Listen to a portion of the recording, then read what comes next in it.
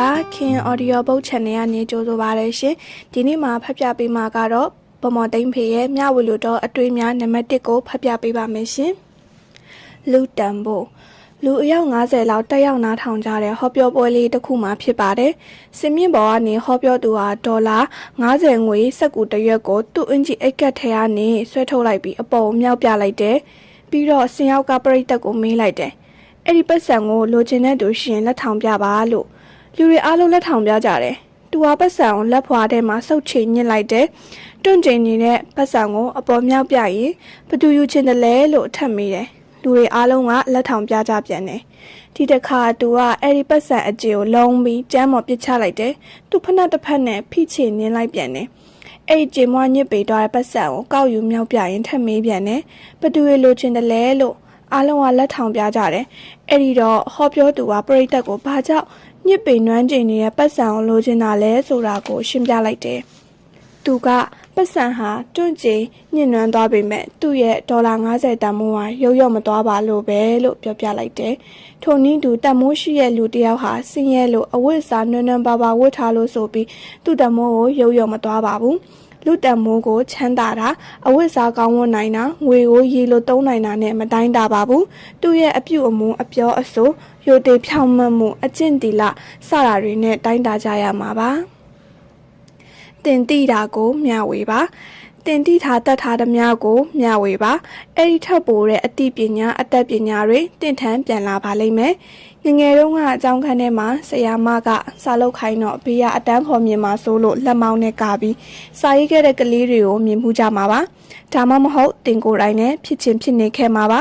အလုပ်ထဲမှာလည်းရှိပါတယ်တခြားသူတွေကိုမသိစေနဲ့သူတို့တည်သွားရင်နင်တို့ပဲနာမည်ယူကြလိမ့်မယ်တဲ့တွေ့ဘူးတယ်မဟုတ်လားဒါမှမဟုတ်တင်ကိုယ်တိုင်နဲ့ဖြစ်ချင်းဖြစ်နေမှာပါဒီလိုပဲကိုတိထားတတ်ထားတာကိုတခြားသူကိုမမျှဝေပဲတယောက်တည်းပဲတင်စီထားရင်မိမိတိထားတတ်ထားတာတွေကနေပိုတိုးပြီးတည်တတ်ဖို့အခွင့်အလမ်းမရှိတော့ပါဘူးအတိညာဟာအဲ့ဒီလောက်နဲ့ပဲရက်တက်နေပါလိမ့်မယ်မိမိတိထားတတ်ထားတာကိုအကုန်မျှဝေလိုက်ရင်ဘာမှမကြံတော့ဘူးဒါဆိုရင်အတိအသက်အစ်စ်တွေထပ်မံရှာဖွေဖို့စူးစမ်းရတော့မယ်ရှာတော့လေအစ်စ်တွေအတိပညာအသက်ပညာတွေရလာမှာပါတကယ်တော့မိမိတိထားတတ်ထားတာတွေမိမိရဲ့ကိုယ်ပိုင်တွေမဟုတ်ပါဘူးသူများစီကတင်ခက်ဖက်ခက်နားထောင်ခဲ့လို့ရခဲ့တာတွေပါဒါကြောင့်မိမိရဲ့ကိုယ်ပိုင်ပစ္စည်းလို့သဘောထားပြီးစုပ်ကိုင်းတိမ်မထားသင့်ပါဘူးမျှဝေပေးပါတာတူညီများအခွင့်အရေးလောကကြီးကလူတိုင်းတို့တာတူညီများအခွင့်အရေးပေးထားပါတယ်လူမျိုးဘာသာမရွေးစင်ရဲချမ်းသာမရွေးပါဘလို့အခွင့်အရေးတွေပေးထားတာလဲလောကကြီးကအနီးအဝါအပြားဆိုတဲ့အခြေခံအယောင်၃မျိုးပေးထားပါတယ်။သုံးသက်သူကအဲ့ဒီအယောင်တွေကိုရောနှောဆက်ပြီးလှပတဲ့ပကြီကားတွေဖန်တီးလိုက်တယ်။လောကကြီးကတိုရေမီဖာစတဲ့အခြေခံတန်စင်9မျိုးကိုပေးထားတယ်။သုံးသက်သူကအဲ့ဓာတွေကိုရောနှောလိုက်ပြီးတာယာနာပိုဖွယ်ဖြစ်တဲ့တေဂီတာတွေကိုဖန်တီးလိုက်တယ်။လောကကြီးကကကြီးခကွေးကငယ်သို့မဟုတ် A B C D စတဲ့စလုံးအခရာတွေကိုပေးထားတယ်။သုံးသက်သူကအပြောင်မြောက်ဆုံးဝတ္ထုကပြားဆောင်းပါးတွေဖန်တီးလိုက်တယ်။အဲ့ဒီလိုသုံးသက်ဖို့ဘာလို့တလဲဖန်တီးတတ်တဲ့အသိပညာလိုပါတယ်။ပါရမီပါရင်တော့ဒီထက်ပိုကောင်းအောင်ဖန်တီးနိုင်တာပေါ့။တောကဖန်ခွက်တက္ကသိုလ်တစ်ခုကစိတ်ပညာသင်တဲ့အတန်းတစ်ခုမှာပါစိတ်ပညာသင်တဲ့ဆရာကသူ့ရွှေစပွဲပေါ်မှာရေတဝက်ဖြည့်ထားတဲ့ဖန်ခွက်တစ်လုံးကိုတင်လိုက်တယ်ကျောင်းသားတွေကဆရာကသူတို့ကိုဖန်ခွက်ထဲမှာရှိတဲ့ရေဟာတဝက်ပြည့်နေတာလားတဝက်လျော့နေတာလားဆိုတဲ့မေးခွန်းမေးလိုက်တယ်ဒီအကြောင်းငါတို့သိပြီးသားပါကွာလို့တီတိုပြောနေကြတယ်မကြခင်မှာပဲဆရာကဖန်ခွက်ကိုလက်နဲ့ကင်မြောက်လိုက်ပြီးကျောင်းသားတွေကိုမေးခွန်းတစ်ခုမေးလိုက်ပါတယ်သူကင်ထားတဲ့ဖန်ခွက်ဟာအလေးချိန်ဘယ်လောက်ရှိမလဲတဲ့ကျောင်းသားတွေက9ချက်သား10ချက်သား20ချက်သားဆိုပြီးတယောက်တစ်ပေါက်ဝိုင်းអော်ကြတယ်ကျောင်းသားတွေခံမှန်ပြောကြတာတွေပြီးဆုံးသွားတဲ့အခါဆရာကအခုလိုပြောလိုက်ပါတယ်အမှန်ကဖန်ခွက်ရဲ့အလေးချိန်ကအရေးမကြီးပါဘူးအရေးကြီးတာကဖန်ခွက်ကိုဘယ်လောက်ကြာကြာစုပ်ကင်မြောက်ထားတယ်ဆိုတာကအရေးကြီးတာပါ အခုငါဖန်ခွက်ကို10မိနစ်လောက်ကင်ထားလိုက်မယ်အေးစစ်စစ်ပါပဲနိုင်ဝက်လောက်စက်ကင်ထားလိုက်ရင်လက်မှာနည်းနည်းထုံကျင်လာပြီတကယ်လို့ငါ3နာရီလောက်စက်ကင်ထားလိုက်ရင်လက်မောင်းလက်ဖြံလက်ချောင်းတွေပါကိုက်ခဲလာလိမ့်မယ်စက်မကင်နိုင်တော့ပဲဖန်ခွက်ကိုလွတ်ချမိလိမ့်မယ်လူတွေမှာစိတ်တော့ကစိတ်ဖိစီးမှုဖြစ်တဲ့အချိန်တွေရှိပါတယ်စိတ်ထဲမှာခဏပဲဖြစ်ရင်တော့ပြဿနာမရှိပါဘူးစိတ်ထဲမှာရက်လရှည်ဖြစ်နေရင်လူစိတ်ကိုထိခိုက်လာနိုင်တယ်တွေ့တော့စဉ်းစားတာတွေကပုံမှန်မဟုတ်တော့ဘူးအဲ့ဒါကိုမခံနိုင်တော့လို့စောစောကပြောတဲ့ဖန်ခွက်လွတ်ချလိုက်တယ်လို့စိတ်ထဲမှာပောက်ကွဲထွက်သွားပြီဆိုရင်မဖြစ်တင်တာတွေဖြစ်ကုန်လိမ့်မယ်ဒါကြောင့်စိတ်တော့ကဆိုတာရင်ထဲမှာကြာရှည်မအောင်ထားပါနဲ့နီးနှံ့ရှာပြီးဖြေဖြောက်လိုက်ပါတဲ့စာရွက်ပေါ်ကအမဲဆက်လေးတစ်ဆက်တနေ့မှာ Professor တယောက်ဟာကျောင်းသားတွေကိုစာမေးပွဲစစ်ပါတယ်။ကျောင်းသားတွေရဲ့စပွဲခုံတွေမှာမိကွန်းစာရွက်တစ်ရွက်စီမှောက်ထားတယ်။ Professor ကကျောင်းသားအလုံးစပွဲမှာထိုင်မိကြတာနဲ့မိကွန်းကိုလှည့်ကြည့်လို့ရပြီ။အဲ့ဒီမိကွန်းပေါ်မှာမြင်တွေ့တာကိုဘယ်လိုခံစားရတယ်ဆိုတာရေးပြကြပါ။အချိန်15မိနစ်ပေးမယ်လို့ပြောလိုက်တယ်။ကျောင်းသားတွေကမိကွန်းကိုလှမ်းကြည့်လိုက်ကြတော့စာရွက်အလဲကောင်မှာအမဲဆက်လေးတစ်စက်ကိုပဲတွေ့ရတယ်။ဘာစလုံးတစ်လုံးမှမရေးထားဘူးဒါပေမဲ့ကျောင်းသားတွေကအမတ်မရမှာဆိုလို့စ조사ပြီးတစ်ခုခုရေးကြတယ်အချိန်စစ်သွားတော့ Professor ကသူတို့ဖြေထားတဲ့စာရွက်တွေကိုပြန်သိမ်းပြီးတရွက်ချင်းစစ်ကြည့်လိုက်တယ်အဖြေတွေအလုံးကိုကြည့်ပြီးတာနဲ့သူကကျောင်းသားတွေကိုအခုလိုပြောလိုက်ပါတယ်အခုစစ်တာကိုအမတ်မပေးပါဘူးစိတ်မပူကြပါနဲ့မင်းတို့အားလုံးဟာစာရွက်ပေါ်ကအမဲဆက်လေးအကြောင်းကိုပဲရေးထားကြတယ်စာရွက်တစ်ရက်လုံးအပြည့်နီးပါးရှိနေတဲ့အဖြူရောင်အကြောင်းကိုဘယ်သူမှမရေးကြဘူးအမဲဆက်လေးဟာတင်းငယ်လာပေမဲ့လူစိတ်ကိုလွမ်းကြုံသွားတယ်ဒီလိုပဲပြဿနာလေးတစ်ခုဟာလဲတင်းငယ်ပေမဲ့တတိမထားရင်စိတ်ကိုတစ်ချိန်လုံးလွှမ်းမိုးနေမယ်အဲ့ဒါကိုပဲတွေးရင်စိတ်ပူပန်နေမယ်ငါဟာကန်ဆိုးတဲ့လူပဲလို့ဆိုပြီးညီးတွားနေကြလေးရှိတယ်ပြဿနာကိုပဲအာရုံထားနေကြတယ်ဒီတော့သူဟာမိမိပတ်ဝန်းကျင်မှာရှိနေတဲ့တာယာလာတဲ့စမ်းကြောင်းလေးမျက်ခင်စိမ့်စိမ့်လေးတွေနေချီဖြာတဲ့မနက်ခင်းလေးနေဝင်စည်းစာချိန်လေးတွေလာပါတဲ့ပန်းပွင့်လေးတွေတန်တာတာတေးတီဆိုနေကြတဲ့ငှက်ကလေးတွေအပြစ်ကင်းစင်တဲ့ကလေးတွေရဲ့ရီမောတန်တွေအပြုံးလေးတွေလူတွေရဲ့ကျင်နာမှုတွေဖိမကူညီတာတွေချစ်ချင်းမေတ္တာတွေကိုမမြင်တတ်မခံစားမိဘူးအဲ့ဒီလိုမိမိပြဿနာကိုအချိန်မြင့်အာရုံထားစိတ်ညစ်နေမယ်တောကရောက်နေမယ်ပတ်ဝန်းကျင်ရဲ့ကောင်းတာလေးတွေကိုမမြင်တတ်မခံစားတတ်ဘူးဆိုရင်အဲ့ဒီလူရဲ့ဘဝဟာဘယ်တော့မှစိတ်ချမ်းသာမှုကိုရမှာမဟုတ်ဘူးအမြဲတမ်းစိတ်ဆင်းရဲနေမှာပဲတဲ့သူများပြောတိုင်းမယုံပါနဲ့ Fitaseri Biakov ကိုအသက်15နှစ်အရွယ်မှာကျောင်းကဆရာမကသူဟာ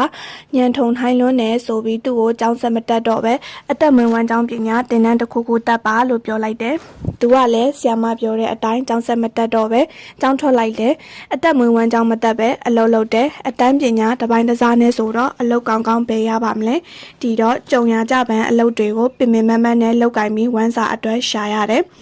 သူ့အသက်32နှစ်ပြည့်တော့အလုပ်တစ်ခုခေါ်တာတွေ့လို့တွားလျှောက်တယ်။အဲ့ဒီခေါ်တဲ့ဌာနကသူ့ရဲ့ဉာဏ်ရည်စွမ်းရည်အဆင့် IQ ကိုစစ်ဆေးကြည့်လိုက်တော့သူ့ရဲ့ IQ အမှတ်ဟာ161ဖြစ်နေတာတွေ့ရတယ်။တာမန်လူတော်တော်များများရဲ့ IQ ဟာရှာရှာပါပါ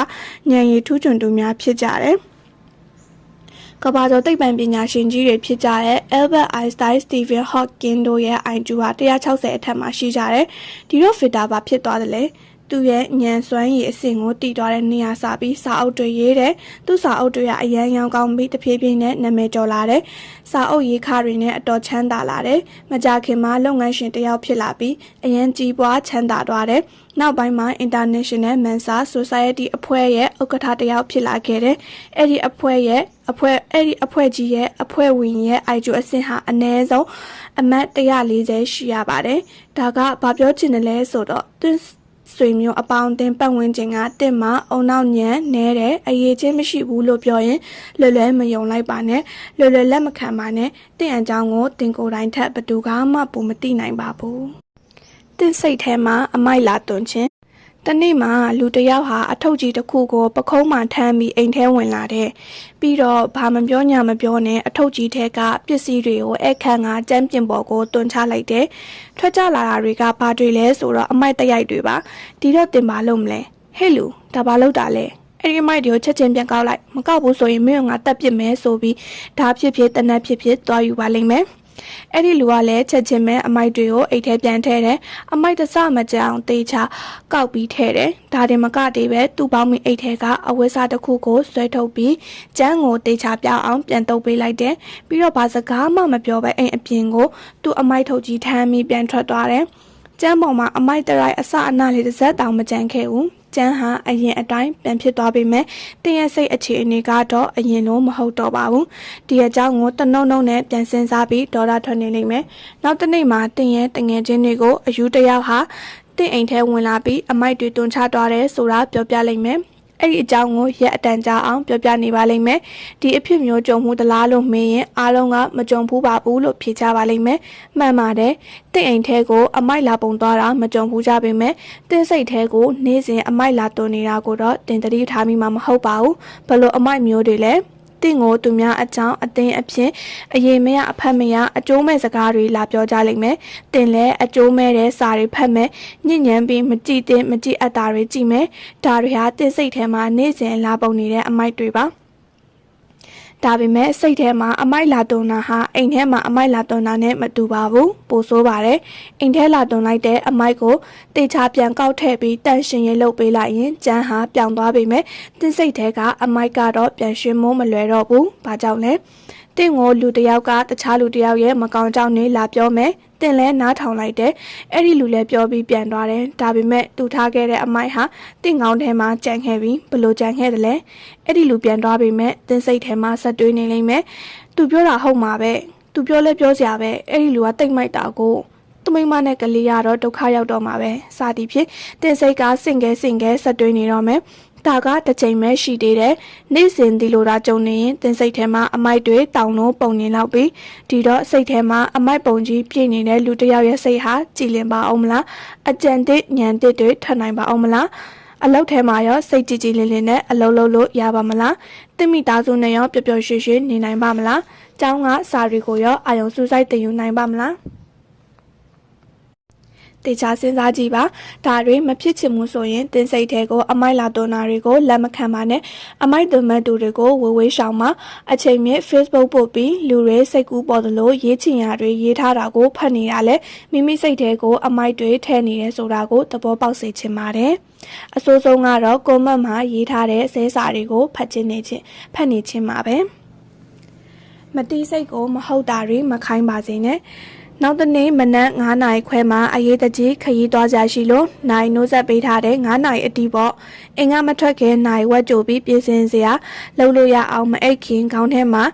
နက်ဖြန်မနက်9နာရီမှာထကိုထားမှဖြစ်မယ်လို့ဆွဲနေတယ်နောက်တနေ့မနက်အစောကြီးနိုးလာတယ်နိုးဆက်နာရီကိုကြည့်လိုက်တော့9နာရီထိုးဖို့9မိနစ်အလိုပေါ့ဒီလိုအဖြစ်မျိုးကြုံမှုကြသလားကြုံဘူးရင်ဘာကြောင့်9နာရီမှာနိုးလာတာလဲတင့်ရဲ့မတီးစိတ်ကြောင့်မှတင့်မအိတ်ခင်မှာတင်မတိစိတ်ကိုမနက်9နာရီမှာနိုးဖို့ခိုင်းထားလို့ပါမတိစိတ်ဟာတုံးတက်ရင်အဖိုးတန်တယ်လို့တတိမထားရင်လည်းအန္တရာယ်ရှိပါတယ်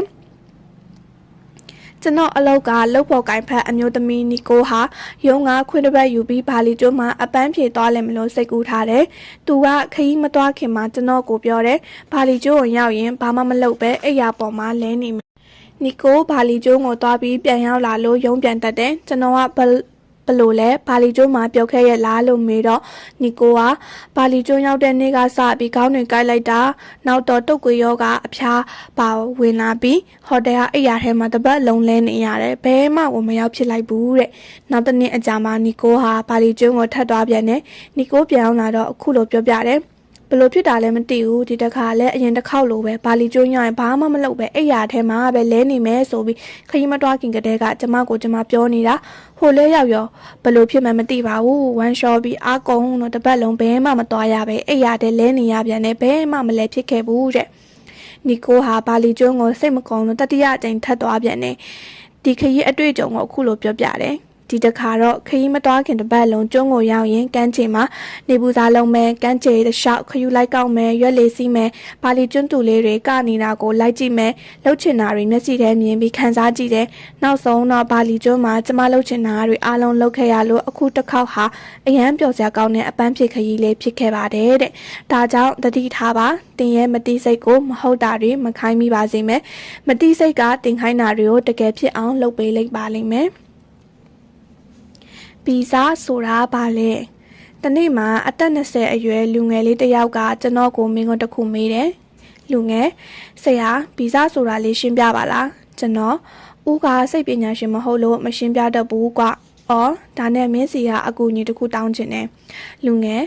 ်ပြောပါဆရာကျွန်တော်ဘာလုပ်ပေးရမလဲကျွန်တော်ဒီလိုကွာဦးသိမ့်မုံနေရဲ့လူတစ်ယောက်ရှိတယ်အဲ့ဒါမင်းတစ်ခုခုလုပ်ပေးနိုင်မလားမင်းကိုကူညီကအဖြစ်ငွေ9000ပေးပါမယ်လူငယ်ဦးပေးမဲ့ငွေကအများကြီးပါလားကျွန်တော်ဘာလုပ်ပေးရမှာလဲကျွန်တော်ဦးမုံနေတဲ့လူကိုတက်ပစ်ဖို့ပါလူငယ်ကျွန်တော်လူမတက်ဘူးဗျကျွန်တော်တသိန်းပေးမယ်ကွာလူငယ်ကျွန်တော်လူမတက်ဘူးလို့ပြောပြီးပြီလေကျွန်တော်10သိန်းပေးမယ်ကွာလူငယ်ဥပလောက်ပေးကျွန်တော်ဘယ်တော့မှလူမတက်ဘူးဗျကျွန်တော်ဘာကြောင့်မင်းလူမတက်ချင်တာလဲလူငယ်ဘာကြောင့်ဆိုတော့ကျွန်တော်မသိဘူးတိရတခုကတော့ကျွန်တော်ဟာဘယ်တော့မှလူတက်မှာမဟုတ်ဘူးဆိုတာပဲကျွန်တော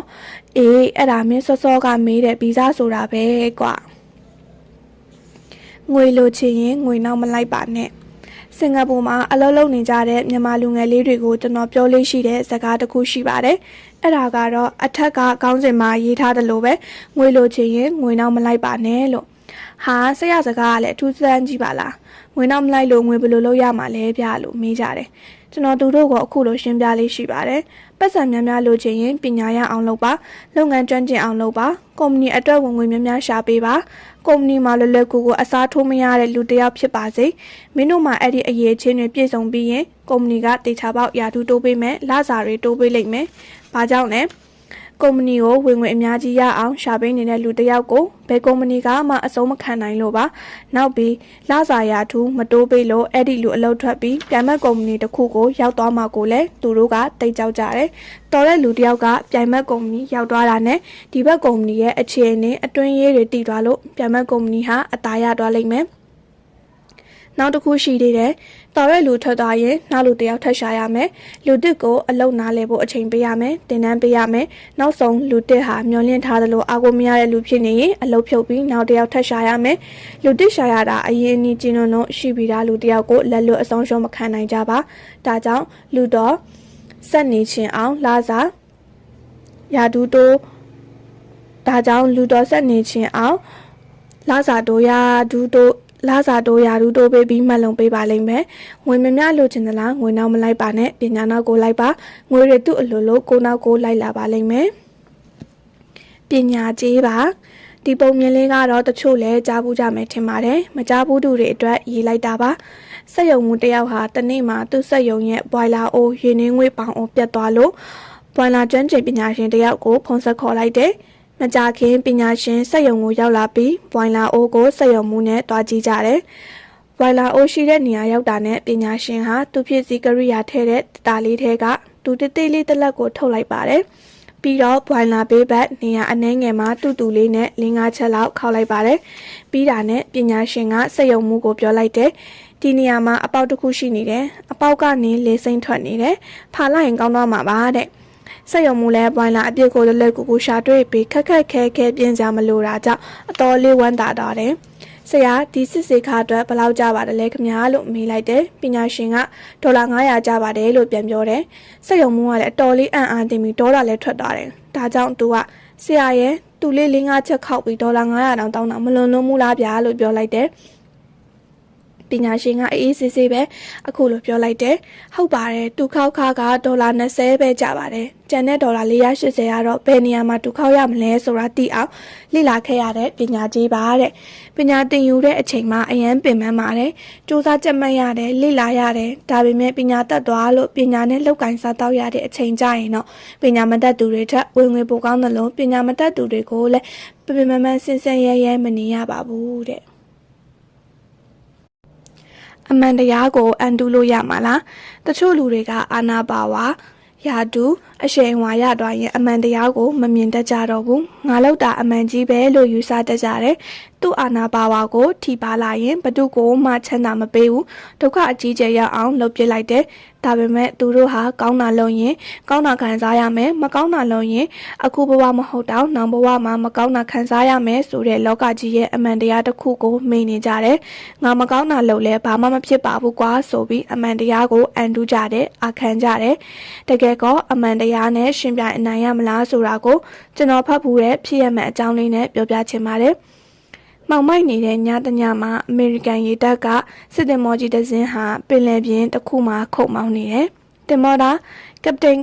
ထားပါအောင်ခင်ဗျာ။ကပတိန်ဟေးဘာလဲကွာတင်မောတာကပတိန်ကိုအိယာနူရစိတ်မကောင်းပါဘူး။ပြဿနာပေါ်နေလို့အရေးတကြီးတည်င်းပို့ချင်လို့ပါ။ကပတိန်ပြောကွာမြန်ပြောစမ်းတင်မောတာကျွန်တော်တို့တင်မောလမ်းကြောင်းနဲ့တက်မိုင်20အကွာလောက်မှာတင်မောတစ်စင်းတွေ့နေလို့ပါသူတို့တင်မောကိုလမ်းကြောင်းပြောင်းမေးဖို့ပြောတာမပြောင်းနိုင်ဘူးလို့ပြောတယ်ကပတိန်ဘာကွလမ်းကြောင်းမပြောင်းမှုဟုတ်လားထပ်ပြောလိုက်စမ်းခုချက်ချင်းလမ်းကြောင်းပြောင်းပါလို့တင်မောတာပြောပြပါပြီကပတိန်မပြောင်းနိုင်ဘူးပဲပြောနေရင်ကပတိန်ထည့်ပြောကွာကြည့်ကြတရားပေါ့ရေတပ်တင်မောကမီးနဲ့အချက်ပြလိုက်တယ်မင်းရဲ့လမ်းကြောင်းကိုညာဘက်သို့20ဒီဂရီပြောင်းလိုက်ပါတစ်ဖက်ကလည်းမီးနဲ့အချက်ပြန်ပြတယ်ခမရဲ့တင်မောကိုညာဘက်သို့20ဒီဂရီပြောင်းလိုက်ပါတဲ့ကပတိန်ငါဘာကောင်းဆိုတာမသိဘူးထင်တယ်ငါစစ်တင်မောရဲ့ကပတိန်ဆိုတာပြန်ပြောလိုက်စမ်းရေတပ်တင်မောကအချက်ချင်းထပ်ပြလိုက်ပြန်တယ်အမေရိကန်ရေတပ်ကစစ်တင်မောကြီးမစ်ဆူရီရဲ့ကပတိန်ဗိုလ်ချုပ်ကြီးဂျွန်စမစ်ကမင်းရဲ့တင်မောကိုအခုချက်ချင်းလမ်းကြောင်းပြောင်းပါလို့အမိန့်ပေးလိုက်တယ်တစ်ဖက်ကပြန်ချက်ပြတယ်တင်မောဒါလူးဝစ်ပါခမရဲ့တင်မောကိုညာဘက်20ဒီဂရီပြောင်းဖို့ထပ်မံတတိပေးလိုက်တယ်ကပတိန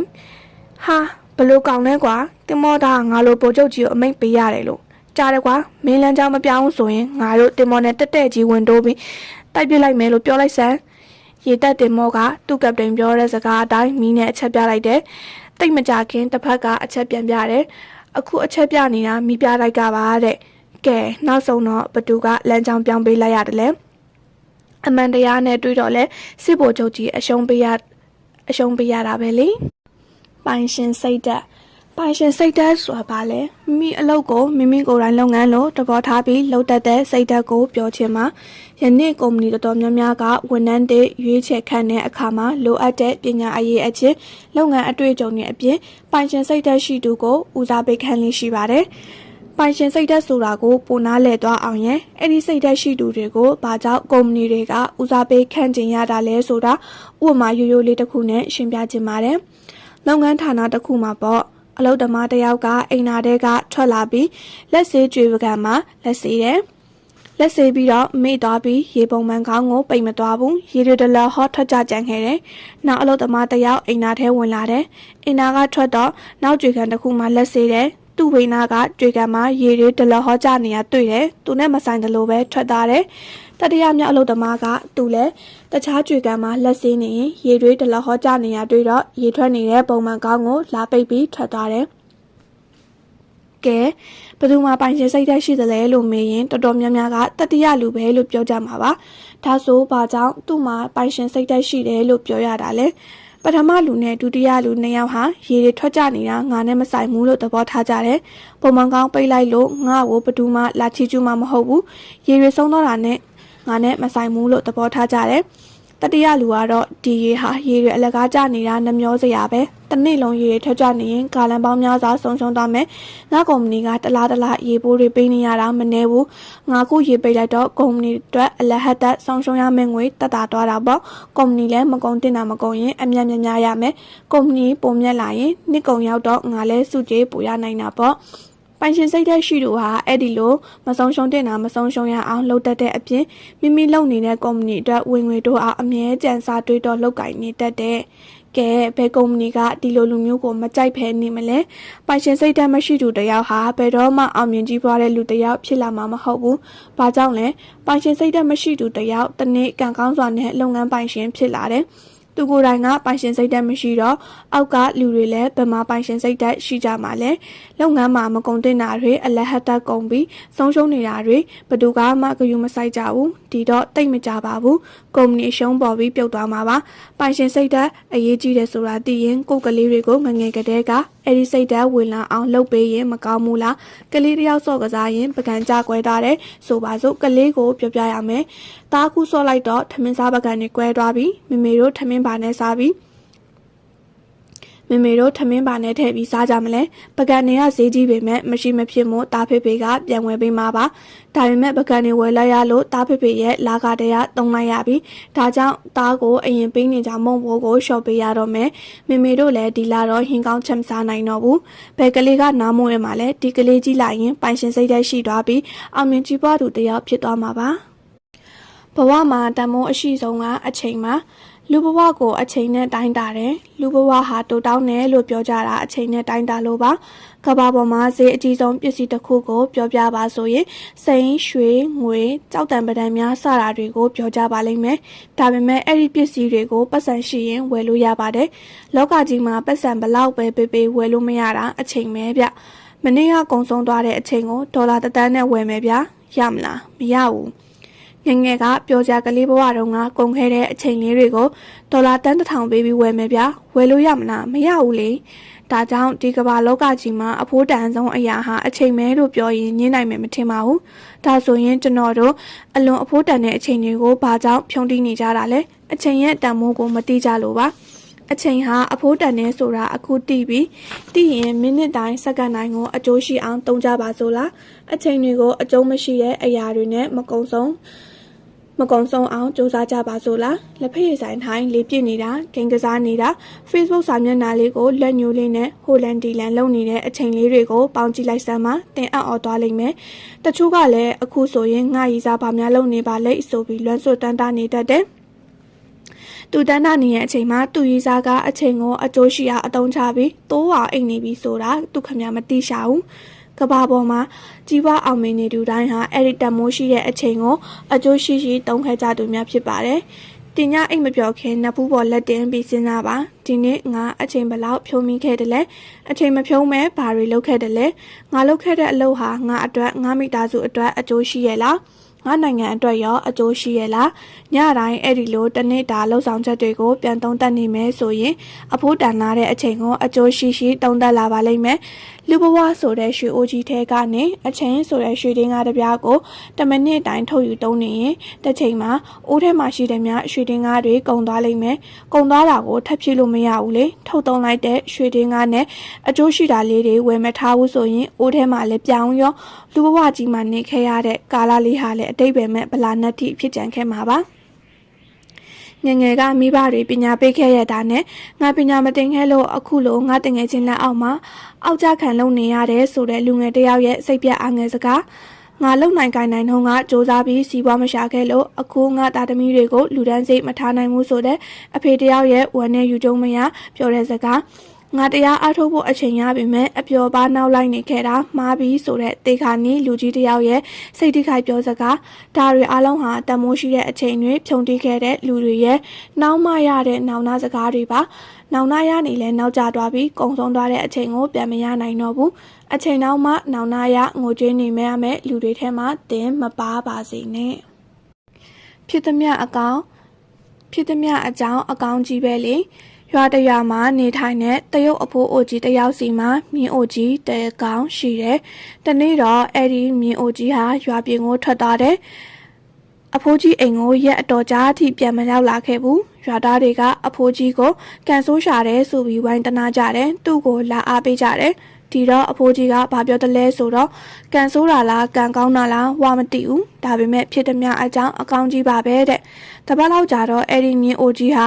အဖိုးကြီးအိမ်ကိုပြန်ရောက်လာတယ်မြင်းအိုကြီးနဲ့အတူမြင်းရိုင်း3ကောင်လိုက်ပါလာတယ်ရွာသားတွေကအဖိုးကြီးကိုကန်ကောင်းတယ်လို့ပြောကြပြန်တယ်ဒီတော့အဖိုးကြီးကပြန်ပြောတယ်ကန်ဆိုးတာလားကန်ကောင်းတာလားဝါမသိဘူးဒါပေမဲ့ဖြစ်သည်များအကြောင်းအကောင်းကြီးပဲတိတ်မကြခင်မှာပဲအဖိုးကြီးရဲ့အသက်20အရွယ်တားလူပြိုလေးဟာမြင်းရိုင်းတွေကိုရင်ပါအောင်တင်ပေးရင်းနဲ့မြင်းပေါ်ကပြုတ်ကျလို့ခြေထောက်တစ်ဖက်ကျိုသွားပါတယ်ရွာသားတွေကအဖိုးကြီးကိုဝိုင်းတနာကြပြန်တယ်ဒီတခါလဲအဖိုးကြီးကကန်ဆိုးတာလားကန်ကောင်းတာလားဝါမသိဘူးဒါပေမဲ့ဖြစ်သည်များအကြောင်းအကောင်းကြီးပါပဲလို့ပြောပြန်တယ်ရက်အတန်ကြာမှစစ်တပ်အဲ့ဒီရွာကိုရောက်လာတယ်လူငယ်အရွယ်ကောင်လေးတွေကိုစစ်တပ်ထဲတွင်းပြီးစစ်သားစုဆောင်မှုဖြစ်လာတယ်ဒါပေမဲ့အဖိုးကြီးသားကိုခေါ်မသွားကြဘူးခြေထောက်ကျိုးနေလို့ပါရွာသားတွေကသူ့ကိုကန်ကောင်းတယ်လို့ပြောကြပြန်တယ်ထုံးစံအတိုင်းအဖိုးကြီးကပြောပြန်တယ်ကန်ဆိုးတာလားကန်ကောင်းတာလားဝါမသိဘူးလေဒါပေမဲ့ဖြစ်သည်များအကြောင်းအကောင်းကြီးပါပဲတဲ့လောကကြီးမှာအမြဲတမ်းအဆိုးဖြစ်နေတယ်ဆိုတာမရှိပါဘူးအမြဲတမ်းအကောင်းကြီးဖြစ်နေတယ်ဆိုတာမရှိပါဘူးအဆိုးပြီးရင်အကောင်းလာမယ်အကောင်းပြီးရင်အဆိုးလာမယ်တဲ့လောကဓာတ်တဘောလေးကိုတည်ထားရင်ဒုက္ခနဲ့ကြုံတွေ့တဲ့အခါကြံ့ကြံ့ခံနိုင်မှာပါအသင်ပြောသူကိုတာနီ တနေ့မှာဂရိအတွေးခေါ်ပညာရှင်ကြီးဆိုကရေတီစီကိုအိမ်ကြီးချင်းဖြစ်သူအလွန်အတင်းဖြင့်ပြောတတ်တဲ့လူတစ်ယောက်ရောက်လာပါတယ်။ပညာရှင်ကြီးကလည်းဒီလူဟာအတင်းဖြင့်ပြောတတ်မှန်းသိထားပါတယ်။ရောက်ချင်းမဲ့အဲ့ဒီလူကစကားဆပါတော့တယ်။ဆရာကြီးခင်ဗျာဒီနေ့မနက်ကဆရာကြီးနဲ့ပတ်သက်တဲ့သတင်းတစ်ခုကြားခဲ့ပါတယ်။အဲ့ဒါပြောပြချင်လို့ထမင်းတော်မစားပဲပြေးလာတာပါတဲ့။ဆိုကရေတီကသူ့ကိုစကားမဆက်ဖို့လက်ကပြသားလိုက်ပြီးအခုလိုပြောလိုက်ပါတယ်။မင်းရဲ့သတင်းကိုငါနားမထောင်ခင်မင်းကုန်း3ခုမေးမယ်ကွာ။အဲ့ဒီမိကိုနေကိုမင်းဖြည့်ပြီးမှငါမင်းရဲ့သတင်းကိုနားထောင်မယ်တဲ့ထိုလူကလည်းဟုတ်ကဲ့ပါဆရာကြီးမင်းချင်တာမေးပါခင်ဗျာတဲ့ပထမဆုံးငါမေးမဲမိကိုကမင်းပြောတဲ့သတင်းမှာငါအတွက်ကောင်းတာပါတလားမပါပါဘူးဆရာကြီးတကယ်တော့ကောင်းပြီငါဒုတိယမိကိုဆက်မေးမယ်မင်းရဲ့သတင်းမှာငါအတွက်အကျိုးရှိတာပါတလားမပါပါဘူးဆရာကြီးဒါပေမဲ့အေးပါငါနောက်ဆုံးတတိယမိကိုမေးအောင်မယ်ကွာအဲ့ဒီသတင်းကအမှန်တကယ်သတင်းလားကွအတေးအချာမသိပါဘူးဆရာကြီးကျွန်တော်ကြားရတဲ့လောက်ဆိုရင်ဟာကွာမင်းရဲ့သတင်းကကောင်းတာလည်းမပါငါအတွက်အကျိုးဖြစ်တာလည်းမပါသတင်းမှန်လည်းမဟုတ်ပဲနဲ့ဘာဖြစ်လို့အချိန်ကုန်ခံမင်းငါလာပြောတာလဲကွာငါမှနားထောင်မို့အချိန်မရှိဘူးထွက်သွားကွာဆိုပြီးဆိုကရေတီကအဲ့ဒီလူကိုမောင်းထုတ်လိုက်တယ်ပညာရှိတို့မီဒီမှာအတင်းဖြင့်စကားများကိုနားထောင်ဖို့အချိန်မပေးတတ်ကြပါစိတ်ထားမှန်မှာထိုက်တန်တဲ့အကျိုးခံစားရမယ်တနေ့မှာအတော်လေးဆင်းရဲတဲ့အသက်80အရွယ်အဖွားကြီးတစ်ယောက်ဟာတူထိုးထားတဲ့ထီလက်မတ်တစ်စောင်ကိုထီပေါက်စင်မှာတိုက်ကြည့်ရင်တသိန်းစုပေါက်နေရတွေ့လိုက်တယ်။အဖွားကြီးလည်းဝမ်းသာပြီးဘာလုပ်ရမှန်းမသိရနဲ့ချက်ချင်းပဲအိမ်တကားတော့ခတ်ပြီးစက်ရုံတစ်ခုမှာအလုပ်လုပ်နေတဲ့သူ့သားစီကိုစိုက်ကားတစ်စီးငါးပြီးသွားပါတော့တယ်။လမ်းမှာစိတ်လှုပ်ရှားနေတဲ့အဖွားကြီးကိုစိုက်ကားသမားကဘာဖြစ်နေရလဲလို့မေးပါတယ်။ယူသားတဲ့အဖွားကြီးကလည်းထီတသိန်းစုပေါက်တော့အခုသားစီသွားပြောမလို့အမှန်တိုင်းပြောလိုက်ပါတယ်။ဆိုက်ကတမကလည်းထီပေါက်တာတေချာလို့လားမေးတယ်။အဖွားကြီးကလည်းမယုံရင်ဟောဒီမှာထီလက်မဲနဲ့ထီပေါက်စင်တိုက်ကြည့်လေလို့ပြောပြီးဆိုက်ကတမလက်ထဲကိုထီလက်မဲနဲ့ပေါက်စင်ကိုပေးလိုက်တယ်။ဆိုက်ကတမကလည်းသူ့ဆိုက်ကာကိုလမ်းဘေးကတစ်ပင်ရိပ်မှာထိုးရက်ပြီးအဖွားကြီးပေးတဲ့ထီလက်မဲနဲ့ထီပေါက်စင်ကိုတိုက်ကြည့်လိုက်တယ်။ဟာတကယ်ပဲတသိန်းစုပေါက်နေရပဲဆိုပြီးဆိုက်ကတမအံ့အားသင့်သွားတယ်။ငွေမြင်တော့လောဘတက်လာတဲ့စိုက်ကဓမ္မဟာဘာလုပ်လိုက်တယ်လဲအဖွားကြီးရဲ့ဒီလက်မှတ်ကိုသူ့အင်ကြီးအိတ်ထောင်နဲ့သူ့အင်ကြီးအိတ်ထောင်ထဲကသူ့ထိုးထားတဲ့ဒီလက်မှတ်တစ်စောင်နဲ့အဖွားကြီးမမြင်အောင်ခတ်တက်လဲယူလိုက်တယ်နောက်ပြီးအဖွားကြီးကိုလဲလိုက်တဲ့ဒီလက်မှတ်နဲ့ဒီပေါက်စင်ကိုပြန်ပေးရင်တသိန်းစုပေါက်တာမှန်နဲ့ဝမ်းသာတယ်သူ့ကိုလည်းပေါက်စုပေးဖို့မမေးနဲ့တော့လို့အဖွားကြီးကိုလမ်းတစ်လျှောက်လေပြေတွေပြစ်ပါတော့တယ်အဖွားကြီးလည်းတားလုံးနေတဲ့စက်ရုံကိုရောက်လာပြီးစိုက်ကားပေါ်ကဆင်းချင်းစက်ရုံတကားဝါကနေသူ့သားကိုအော်ခေါ်လိုက်တယ်။သူ့သားကလည်းအပြေးလွှားရောက်လာပြီးဘာဖြစ်လို့လဲအမေလို့ဆိုရင်တကြီးမေးတယ်။အဖွားကြီးကလည်းအမေလေးထီတသိန်းစုပေါက်လို့ဟေးလို့ဝမ်းသာအားရပြောလိုက်တယ်။ဒီအချိန်မှာလိန်ထားလို့စိတ်မလုံတဲ့စိုက်ကားသမားကတော့စိုက်ကားကိုကမန်းကတန်းနင်းပြီးထွက်သွားပါတယ်။တားဖြစ်တဲ့သူကလည်းသူ့အမေစီကထီလက်မက်နဲ့ထီပေါက်စင်ကိုဆွဲယူပြီးတိုက်ကြည့်လိုက်တယ်။အတော်လေးကြာတော့တားကဟာအမေကဘဲကလာတသိန်းစုပေါက်ရမှာလဲတဲ့အဖွားကြီးကတားရဲ့တေချာကြည့်စမ်းမှာတသိန်းစုပေါက်တာတကယ်ပါလမ်းမှာစိုက်ကဓမ္မကတောင်စစ်ကြည့်ပြီးလို့ပေါက်တာတေချာတယ်လို့ပြောသေးတယ်တားဖြစ်သူကပြောလိုက်တယ်အမေရေအမေပေါက်တဲ့ထီကတသိန်းစုမဟုတ်ဘူးဗျသိန်း200စုကြီးပေါက်နေတာအမေရေတဲ့ငငယ်တော့ကမဂ္ဂဇင်းတစ်စောင်မှာဖတ်ဖူးတဲ့ဝတ္ထုလေးကိုမြင်ញ្ញမ်းရေးလိုက်တာပါအဖြစ်မှန်လားစိတ်ကူးရင်လားတော့မသိပါဒါပေမဲ့စိတ်ထားမှန်တဲ့သူနဲ့မမှန်တဲ့သူအကြောင်းအသိပညာပေးထားတာမို့သဘောကျလွန်းလို့ရေးပြလိုက်တာပါတင်းတိမ်ရောက်ရဲခြင်းနဲ့လိုချင်စိတ်ရှိခြင်းတရက်မှာ10တန်းအောင်ပြီးစားလူငယ်လေးတယောက်ကကျွန်တော်ကိုမိကွန်းတစ်ခုမေးပါတယ်ဦးလေးတင်းတိမ်ရောက်ရဲတာကောင်းသလားဒါမှမဟုတ်လိုချင်စိတ်ရှိတာကောင်းသလားတဲ့ကျွန်တော်ကမင်းပါကြောက်ဒီမေးခွန်းကိုမေးတာလဲလို့ပြန်မေးလိုက်တယ်။သူကအခုလိုပြန်ပြောပါတယ်။ကျွန်တော်ငငယ်လေးကတည်းကမိဘနှစ်ပါးလုံးဆုံးသွားတဲ့အဖွားနဲ့အတော်တွေလက်မှကြည်ပြင်းခဲ့တာပါ။အဖွားကကျွန်တော်ဝန်ငငယ်လေးကတည်းကအမြဲပြောလေးရှိတဲ့စကားတစ်ခွန်းရှိတယ်။လောကကြီးမှာရောက်ရဲတင်းတိမ်ပြီးနေဖို့ပါ။အခုကျွန်တော်တက်ကလေးတက်ရတော့မယ်။ကျွန်တော်ဘဝကိုတိုးတက်အောင်မြင်ကြီးပွားခြင်းနဲ့ဒါပေမဲ့အဲ့ဒီလိုစိတ်ကူးပေါ်လာတိုင်းအဖွားပြောခဲ့တဲ့စကားကိုနားမထောင်ဘူးဆိုတဲ့အတိဝင်လာပြီးအပြစ်ရှိတယ်လို့ခံစားနေရလို့ပါတဲ့။ဒီမေကုန်းကိုလွယ်လွယ်နဲ့ဖြေလိုက်ရင်တကယ်သိချင်နေတဲ့လူငယ်လေးတစ်ယောက်ရဲ့ဘဝကိုထိခိုက်သွားစေနိုင်တာမို့တတိထားဖြေရမှာပါကျွန်တော်ကအေးမင်းရဲ့မေကုန်းကိုစူးစမ်းဖြေပေးမယ်ဒါပေမဲ့ဒီအဖြေဟာဘာသာရေးနဲ့မပတ်သက်ဘူးနော်ဘာသာရေးຫນွယ်ပြီးပြောရင်အရင်ကျယ်ပြန့်လွန်းလို့ကွာမင်းမေကုန်းရဲ့ပထမအချက်ဖြစ်တဲ့လူဆိုတာအမြဲတမ်းတင်းတိမ်ရောက်ရဲနေရမလားတကယ်လို့လူတွေအားလုံးဟာတင်းတိမ်ရောက်ရဲနေကြရင်ဘာဖြစ်မလဲ ဥပမာကွာတိတ်မှန်ပညာရှင်ကြီး Thomas Edison ဟာလက်စစ်မီလုံးမတီးထွင်မဲ့ဖျောင်းနိုင်လေးနဲ့နေရတာပဲကျင်းနေခဲ့မယ်ဆိုရင်ယနေ့ကဘာကြီးဟာဖျောင်းနိုင်ပြီးမိတ်တုပ်လေးဘဝကတက်ပါမလားတကယ်လို့အရင်ခေတ်ကလူတွေဟာလမ်းလျှောက်လဲစီးမြင်းစီးပြီးခရီးတွားနေတာနဲ့ပဲကျင်းနေပြီးမော်တော်ကားမီးရထားလေရင်ပြန်နေမတီးထွင်ခဲ့ရင်မင်းတို့ငါတို့အခုအခါငါတို့တစ်မျိုးနဲ့တစ်မျိုးတွားရင်လမ်းလျှောက်ဒါမှမဟုတ်နွားလဲစီးမြင်းလဲစီးတွားနေကြရမှာပေါ့ဒါကြောင့်ဦးရဲ့အဖြေဟာလူဟာကျင်းနဲ့တင်းတိမ်ရောက်ရဲမနေသင့်ဘူးတင်းတိမ်ကျင်းတဲ့နေသူဟာကြာရင်တုံသွားတတ်တယ်စူးစမ်းခြင်းသိမရှိတော့ဘူးပြင်းကြီးတဲ့စိတ်ဝင်လာတယ်ဒါကြောင့်ပြင်းပြတဲ့လိုချင်စိတ်ရှိဖို့လိုတယ်လိုချင်တတ်မှတ်စိတ်ကိုပြောတာမဟုတ်ဘူးလိုချင်တတ်မှတ်စိတ်ကကိုယ့်အတွက်ပဲကြည်တာပြင်းပြတဲ့လိုချင်စိတ်တို့ကမိမိကြီးပွားအောင်မြင်အောင်လုပ်တာမိမိအောင်မြင်ကြီးပွားလာရင်လောကကြီးကိုပြန်ကြည့်ဖို့လူသားတွေကိုကူညီဖို့ဆိုတဲ့ရည်ရွယ်ချက်ဖြစ်ပါတယ်ဥပမာအမေရိကန်နိုင်ငံကကမ္ဘာအချမ်းသာဆုံးတထေးကြီးတွေဖြစ်ကြတဲ့ဘယ်ဂိတ်တို့ဝါရင်ဖူဂိတ်တို့ဆိုတာသူတို့ပိုင်ဆိုင်မှုရဲ့69%ကိုကမ္ဘာလူသားတွေရဲ့ပညာရေးကျန်းမာရေးတွေအတွက်လူဒန်းထားပြီးသူတို့ဘလောက်ချမ်းသာကြလဲတယောက်ချင်းစီရဲ့ပိုင်ဆိုင်မှုကအမေရိကန်ဒေါ်လာ80ဘီလီယံကျော်တယ်နော်လွန်ခဲ့တဲ့9နှစ်လောက်ကသတင်းစာမှာဖတ်လိုက်ရတယ်အမေရိကန်နိုင်ငံကဘီလီယံနာတထေးကြီးအယောက်30ဟာသူတို့ပိုင်ဆိုင်မှုတွေရဲ့တဝက်ကိုလူမဲလို့ကြေညာလိုက်တယ်အဲ့ဒီလူတွေဟာတင်းတိမ်ရောက်ရဲနေတတ်ကြသူတွေဆိုရင်ကဘာလူသားတွေအကျိုးကိုခုလိုတည်ဖို့နိုင်မှာမလားဒါဟာတင်းတိမ်ရောက်ရဲနေရမှာလားဆိုတဲ့မိမိကွန်အတွက်ဦးရဲ့အဖြေပါပဲကွာတင်းတိမ်ရောက်ရဲပြီးနေတဲ့မနေတဲ့ဆိုတာမှာပညာရှာတာအလုပ်လုပ်တာတမအာဇီဝညီနဲ့စီဝါရှာတာတွေမှာတင်းတိမ်ရောက်ရဲမနေပဲရေကုန်ရေခမ်းစူးစမ်းဖို့လိုတယ်ဒါပေမဲ့အနေအထိုင်အဝတ်အစားအသုံးဆွဲတွေမှာတော့တင်းတိမ်ရောက်ရဲတတ်ဖို့အလွန်လိုအပ်တယ်လေတခုထပ်ပြောမယ်ကွာတင်းတိမ်ရောင်ရဲတတ်တဲ့လူတစ်ယောက်ဟာသူ့မိသားစုကိုတောင်လူဒန်းစေအောင်မထားနိုင်ပါဘူးတိုက်ဆိုင်လို့ပြောရရင်ကျွန်တော်တို့နိုင်ငံမှာကြုံတွေ့နေတဲ့လက်ရှိဘဝနဲ့ပဲတင်းတိမ်ရောင်ရဲနေကြမယ်ဆိုရင်ကျွန်တော်တို့ရဲ့ဘဝတွေကျွန်တော်တို့သားသမီးမြင့်မြင့်တွေရဲ့ဘဝတွေဟာဘယ်တော့မှတိုးတက်လာမှာမဟုတ်ပဲဖွတ်ကြောပြစုဘဝပဲဖြစ်နေမှာပါတခါမအောင်မြင်တာနဲ့တသက်လုံးလက်လျှော်ရတော့မှာလားတခါတော့ကတောရလေးတရာကိုရောက်သွားတယ်အဲ့ဒီမှာစင်တချို့ကိုတိုင်မှာကြိုးချီထားတာတွေ့ရတယ်ထူးဆန်းတာကစင်တွေရဲ့ခြေထောက်မှာချီထားတာဟာတန်ကြိုးမဟုတ်ပဲဂုံနီကြိုးတွေနဲ့ချီထားတာပါပိုပြီးထူးဆန်းနေတာကအဲ့ဒီဂုံနီကြိုးတွေကလည်းတုတ်တုတ်ခိုင်ခိုင်မဟုတ်ပဲတာမန်ကြိုးအရွယ်အစားပါပဲစင်ဟာတစ်ချက်ယုံလိုက်တာနဲ့အဲ့ဒီကြိုးဟာအသာလေးပြတ်ထွက်သွားနိုင်ပါတယ်သိချင်တာနဲ့စင်ထိန်သမားတယောက်ကိုမေးကြည့်မိတယ်။စင်တွေကိုဘာလို့ကြိုးအတုပ်ကြီးတွေနဲ့မချီပဲကြိုးသေးသေးလေးတွေနဲ့ချီထားတာလဲ။လူမရှိတဲ့အချိန်စင်တွေရုံးကန်လို့ကြိုးတွေပြတ်ထွက်ပြီးထွက်ပြေးတော့မှမစိုးရိမ်ဘူးလားပေါ့။စင်ထိန်သမားကအခုလိုပြန်ပြေးတယ်။ဒီစင်တွေကငငယ်လေးကတည်းကအခုကြိုးတွေနဲ့ပဲချီခဲ့တာပါ။သူတို့ငငယ်တုန်းကတော့ယုံကြပေမဲ့ကြိုးပြအောင်မယုံနိုင်ကြတော့ဘူး။နောက်ဆုံးစင်လေးတွေဟာလက်လျှော့ပြီးမယုံကြတော့တာအခုထိပဲဒီကျိုးကိုမြင်တိုင်းကြိုးပြအောင်မယုံနိုင်ဘူးလို့သူတို့စိတ်ထဲမှာဆွဲမှတ်သွားပြီးသူတို့ခန္ဓာကိုယ်ကြီးထွားလာတာကိုမေ့နေတာလေ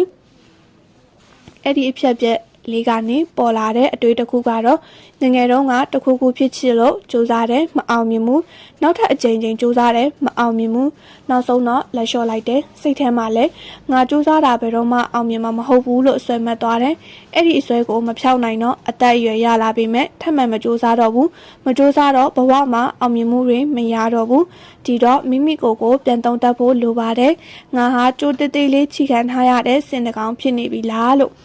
ဥပမာလေးတစ်ခုပေးချင်ပါတယ်။တချို့လူတွေငငယ်တုန်းကစပိန်စီးတင်တယ်။စပိန်လဲကြဒူးကွဲလက်ပြဲဖြစ်လို့ကြောက်သွားပြီးစပိန်စီးဆက်မတင်တော့ဘူး။ဒီတက်စပိန်စီးတက်မှာမဟုတ်ဘူးလို့ဆွဲသွားလို့သူတို့ကြည့်တဲ့အထိစပိန်မစီးတတ်ကြတော့ဘူး။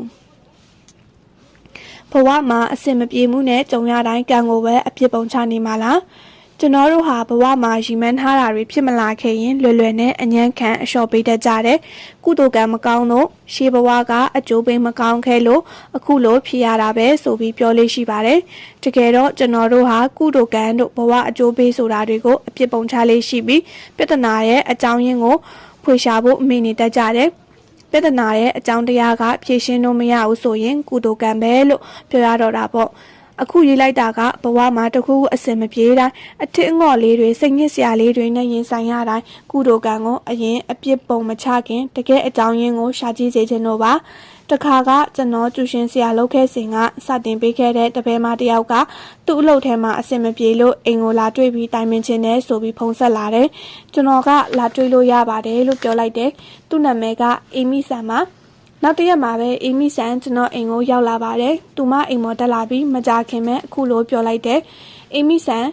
်ဆရာရဲ့ကျမအခုလုပ်နေတဲ့အလုပ်ထဲမှာအဆင်မပြေလို့အလုပ်တစ်ခုရှာမလို့စိတ်ကူးနေတယ်ကျွန်တော်အလုပ်ထဲမှာဘာတွေဖြစ်နေတာလဲဆိုတာအရင်ပြောပြအောင်လေကိုညီနာဆိုရင်ကိုညီပေးလို့ရတာပေါ့အေမီဆန်ဒီလိုပါဆရာကျမအလုပ်ထဲမှာစရင်လုပ်တဲ့အခါအမားတွေပါလေးရှိတယ်ကျမရဲ့အထက်မန်နေဂျာကအမြဲစုပါတယ်ကျမကလည်းအမားအတွက်မတောင်းပန်ချင်ဘူးဘာလို့လဲဆိုတော့အဲ့ဒီလိုစရင်မားတာကကျမရဲ့မွေးရပါအချင်းဖြစ်နေပြီအချင်းပြင်လို့ကိုမရတာကျမရဲ့လုပ်ဖို့ကမတ်တွေကလည်းဒါအောင်နားလည်းတဘောမပေါက်ကြဘူးဒီဌာနမှာကျမမရှိရင်ကောင်းမယ်လို့ပြောနေကြမယ်ထင်တယ်အဲ့ဒါကြောင့်အလုပ်ဆက်လုပ်ခြင်းစိတ်မရှိတော့ဘူးကျမရဲ့ကုသိုလ်ကံကလည်းစိုးပါတယ်ဆရာရဲ့ကျွန်တော်โอเ